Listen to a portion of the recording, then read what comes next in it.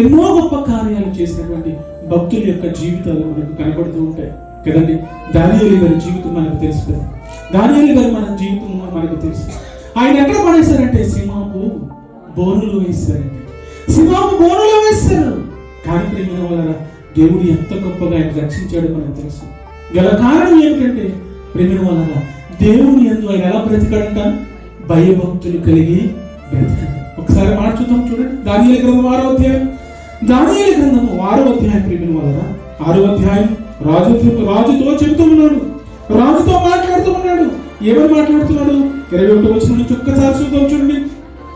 అందుకు దానియేలు, రాజు చిరకాలము జీవించును కాక నేను నా దేవుని దృష్టికి నిర్దోషిగా కనబడుతుంది కనుక ఆయన తన దూతను పంపించి సింహములు నాకు ఏ హాని చేయకుండా వాటి నోలు మూయించెను. రాజా, నీ దృష్టికి నేను నేరము చేసిన కాను కదా. నేను రాజు ఇందును గూర్చి ఎంత సంతోషపడుతున్నాయి. దానియేలును గృహంలో నుండి బయటకు తీయడానికి ఆజ్ఞేయగా మంత్రాలు దానియేలును బయటకు తీసింది.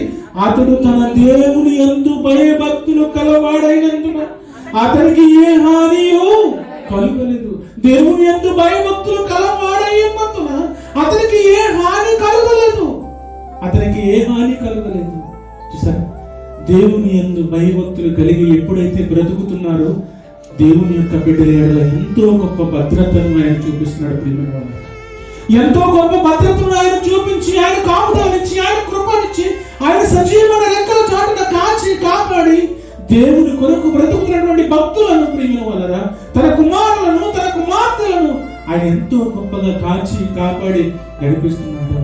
దేవుని యందు ఎవరైతే భయభక్తులు కలిగి బ్రతుకుతారో వారి ఎడల ప్రియమైన వాళ్ళ ఆయన భద్రత ఎంత గొప్పగా ఉన్నదో ఒకసారి చూడండి. ఎంత గొప్పగా ఉన్నదో చూడండి. శేద్రక్ మెషక్ అబేద్నెగోలు ప్రియమైన వాళ్ళ అగ్నిగుండంలో వేస్తారండి.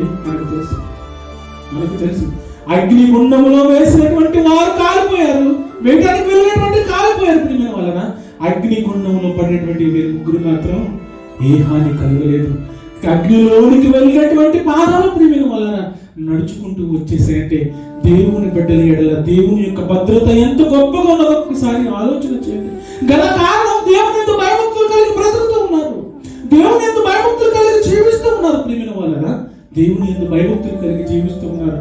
నోవాహు కాలం వచ్చేటప్పటికి మనం ఆలోచన చేస్తే నోవాహు కాలంలో కూడా ప్రియమైన వాళ్ళ నోవాహు అక్కడే కుటుంబ యజమాని దేవుని ఎడల ఎంతో గొప్పగా బ్రతుకుతున్నాడు. ఆయన నీతిపరుడు. ఆయన నీతిపరుడు ఎంతో గొప్పగా ఆయన దేవుని కొరకు బ్రతుకుతున్నాడు. తన కుటుంబం బ్రతుకుతుంది. ఎప్పుడైతే ప్రియమైన వాళ్ళు మిగతా జనాంగం అంతా దేవునికి వ్యతిరేకమైపోయారో, దేవుని కోపం నిజంగా రగులుకున్నప్పుడు 40 దినాలు ప్రచండమైన వర్షంలో అక్కడ ఉన్నటువంటి ప్రజలందరూ ప్రియమైన వల్ల ఆ జలప్రలయంలో లయమైపోయారు. కానీ నోవాహు కుటుంబం చూసారా ఎలా రక్షింపబడింది. నిజంగా కుటుంబంలో తండ్రి ప్రియమైన వల్ల తండ్రి నీతిమంతుడుగా ఎప్పుడైతే బ్రతుకుతూ ఉంటాడో, యథార్థవంతుడుగా ఎప్పుడైతే బ్రతుకుతూ ఉంటాడో, దేవుని కొరకు నమ్మకంగా ఎప్పుడైతే సాగిపోతూ ఉంటాడో, నిజంగా దేవుని ప్రేమ వల్ల ఆ కుటుంబాలను భద్రతనిచ్చి వారిని కాపాడుతున్నాడు. విడిచిపెట్టట్లేదు. ఎంతో గొప్పగా ఆ కుటుంబాలను కాపాడుతూ ఉన్నాడు. ప్రేమ వల్ల లోతు కుటుంబాన్ని చూద్దామా. లోతు కుటుంబం ప్రేమ వల్ల ఆ శుభమ కుమార పట్టణాలలో ఆలోచన చేస్తే లోతు కుటుంబం తప్ప మిగతా వారందరూ ప్రేమ వల్ల దేవునికి వ్యతిరేకమైపోయారు. కానీ ప్రేమ వల్ల ఆ భయంకరమైనటువంటి గంధకాలం నుండి దేవుడు రక్షించాడు. గల కారణం లోతు కుటుంబాన్ని ఏమిటి అన్న ఆలోచనలోకి వెళ్తే దేవుని ఎడల వారు భయభక్తులు కలిగి బ్రతికారు. ప్రేమ వల్ల దేవుని యందు భయభక్తులు కలిగి బ్రతికారు. చూసారా, దేవుని యందు భయభక్తులు కలిగి బ్రతుకుతుంటే ఆ కుటుంబాన్ని దేవుడు కాపాడుతున్నాడు. వారిని దేవుడు కాపాడుతున్నాడు. వారిని దేవుడు ఎంతో గొప్పగా రక్షిస్తూ ఉన్నాడు. భయంకరమైన ప్రమాదం నుండి ఆయన కాపాడుతున్నాడు. భయంకరమైన విపత్తు నుంచి ఆయన కాపాడుతూ ఉన్నాడు. భయంకరమైన శోధం నుండి కాపాడుతున్నాడు. భయంకరమైన కలుగు నుంచి ఆయన కాపాడుతున్నాడు. గల కారణం ఆలోచన చేస్తే ఎవరైతే దేవుని కొరకు నమ్మకంతో సాగిపోతుంటారో, ఎవరైతే దేవుని కొరకు నమ్మకంతో భయభక్తులు కలిగి బ్రతుకుతూ ఉంటారో వారి ఎడల దేవుని యొక్క భద్రత ఎంత గొప్పగా ఉన్నదో ఒకసారి ఆలోచన చేయండి. ప్రేమ వల్ల ఆలోచన చేయండి.